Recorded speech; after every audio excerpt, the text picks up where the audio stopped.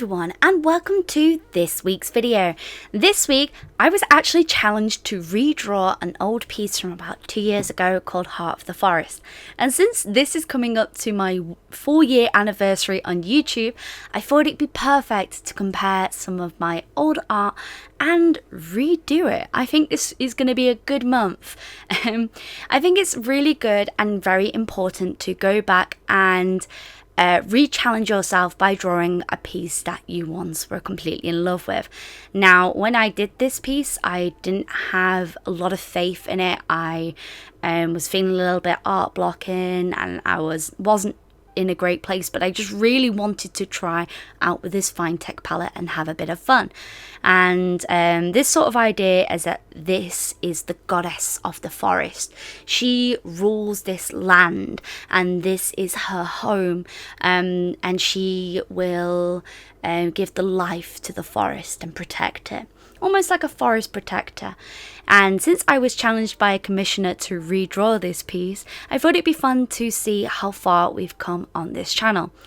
I think a lot has changed over the years from me doing this, and I've learned a lot from doing traditional mediums.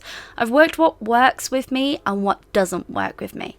So with this piece, I basically start off by sketching out my overall line work and then go in with my Unipin fine liners. These pens are fantastic because they are fade proof, waterproof, work great with both watercolors and alcohol markers. So if you're after a good safety net between the two, this is a really good marker to use. I also use my Winsor & Newton Pro markers, as well as my Winsor & Newton Cotton watercolors and my fine tech palette and a bit of Signo gel pen. I thought it'd be really fun using the same materials to see how far I've come using the same things. And I will say there is some things that I can definitely see have improved. I think my blending has definitely improved over the years from doing this channel. I've come to understand textures a little bit better. One thing I was particularly proud of was that there was a lot more detail, in particular on her outfit with all the leaves. The one thing I don't really like is her head's a little bit too big, but other than that, I just think overall this piece is a vast improvement from the original. And I think it can be very difficult for you yourself to see improvement on your artwork. And I think this is why redraw challenges or draw this in your style challenges are a fantastic way of being able to look at your own work and being able to critically assess it.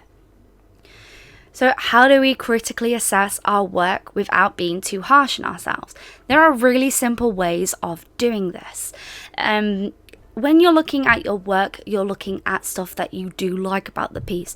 For example, what I really liked about the original is I liked how everything flowed, how it almost was a moment that was captured, how there was consistently movement and the piece looked like it was flowing. And I wanted to keep that with the redraw because I think it's very important, especially if you are capturing a moment, for it to always look like there's movement happening in a piece. When we're drawing illustration and we're drawing, in particular, say people walking or people doing something, you want it to look like it is that moment. They are walking, there is weight shifting, there is something happening. There isn't a moment where a person is just stood still, even if it is a character design. Something is always consistently moving. And this is something that you learn a lot in animation. There's always something moving, always something flowing. And that is something that I think is really important, even if you are just doing like a very simple illustration to have in your overall piece. But it's a good way of being able to look and go, okay, this doesn't work because of X, Y, and Z. If I'd put more weight and forward instead of backwards, it would have looked like it would have shifted weight a little bit. So you can see that in this piece in particular, I've tried to make it look like she's stepping forward and she's putting weight on the front leg while lifting up the back leg. And this is creating like this movement in the piece. So her full back leg isn't out, a bit of it is behind her. And this is because when you're walking, you don't see the full movement. I hope that makes sense. So looking at a piece with a critical eye is a very difficult thing to do. you're almost looking at something and you're seeing what's good and what's bad about a piece. And that can be very difficult to not just overall sit there and say, everything is terrible about this piece, I dislike it. Instead of saying that, what you should do is go, put the piece to one side, have a look at it and go, okay, I like this part, and this part, but I could improve it. Don't say that you don't like the piece, say how you could improve it. This is a way for you to critically look at your own work and improve your own work within yourself. It is very difficult to do that because it takes a bit of practice to do that, and sometimes I can't see a piece properly. I sometimes have to take a few days away from it and I go, okay, this is how this piece could be improved. Now, for example, there's improvements that I made on this piece, but there is still more that could be done. And I think that's a really good way of being able to understand where mistakes lie in your work and how you can improve it in the future. I think every time you do art, you improve. It's not just a simple matter of fact of you draw a piece and that's it, you are fantastic, it's amazing, this, that, and the other. You can still be proud of a piece despite its mistakes. There's pieces that I'm still proud of to this day that are years and years old. I can see the mistakes, but I can tell what I was going for and proud that it put me in the journey that I am going towards today. It's really, really important not to get yourself down about your work, and that is easier said than done. It's very difficult to not get down about your work, but instead of saying this is awful, I am awful, and putting yourself down, the best way to say is I like this, but I can improve it by doing this. It's almost trying to be a little bit more positive about your work in a way. I find myself like sometimes being very, very critical of myself, especially when it comes to my work. And instead of saying that I hate every little thing that I draw, I've come to accept a lot of the mistakes that I make in a piece and see, okay, we missed the mark on that part, but I could definitely improve it next time by doing X, Y, and Z. It's difficult to do, but at the same time, once you get the hang of it, it is a lot easier. I really hope that helps, because we are very critical of ourselves as artists, and I really found that redrawing this piece for the original, I was so proud of, and looking back at it now, I can see all the mistakes that I made, but I can understand where I was going and how I can improve in the future. It's like pieces that I've done that I am really proud of. Like, for example, I absolutely love my Zodiac Witch piece. It's possibly one of my favorite pieces that I have ever done. But I look at that now, and with me being critical with the piece and not saying and shooting it down saying I hate it, I really like a lot of the details in that Zodiac Witch piece.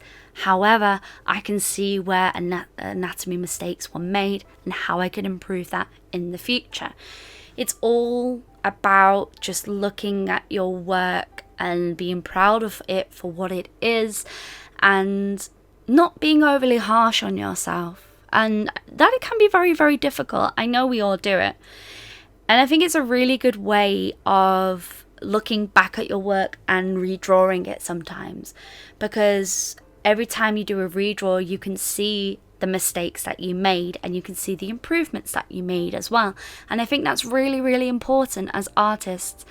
Yes, you should not always do redraws, because you then get stuck in the rut of like keep on redrawing the same thing again and again and again. For example, if you're working in comics, redraws are good because you can see how much you've improved, but then you'll never progress in that comic because you're consistently doing redraws. And that's the same with illustration work, with children's book illustration.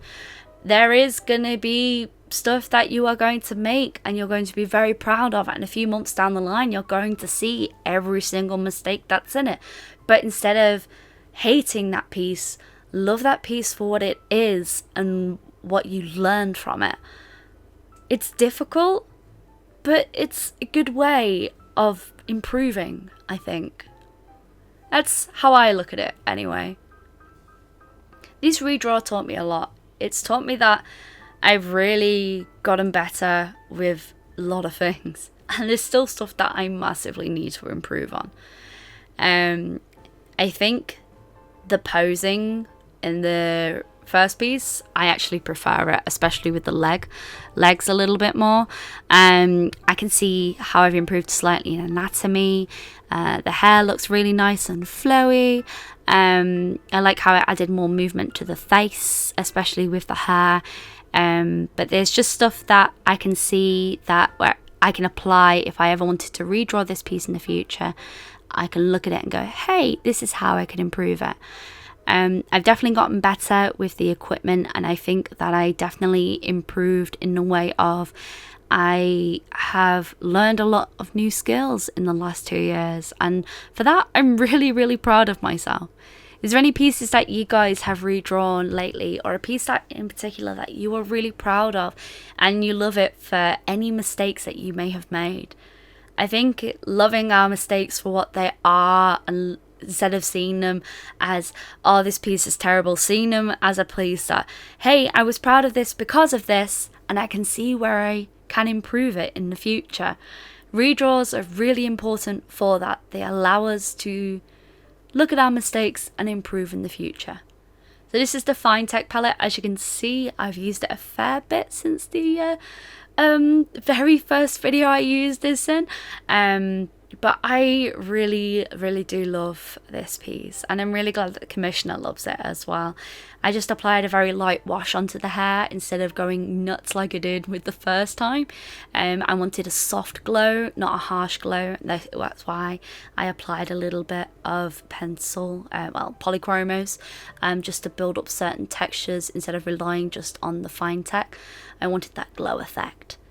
So here is the look at the final piece, and this is the old one in comparison, and you can see there is a lot of improvement in between the pieces. I think there's stuff that I definitely did improve on. I think my colouring definitely did improve, but what do you guys think? Which piece do you prefer? Let me know in the comments section down below. I hope you have enjoyed this video and my redraw on the Heart of the Forest. I am really, really happy with this, and I'm really glad that the commissioner likes it as well. If you wish to see more content on this channel and you're new, maybe subscribe. I've got lots of new videos coming up since this is this channel's birthday month. I've got lots of new surprises in store. Hope you guys have enjoyed this. Have a wonderful day, and as always folks, stay creative.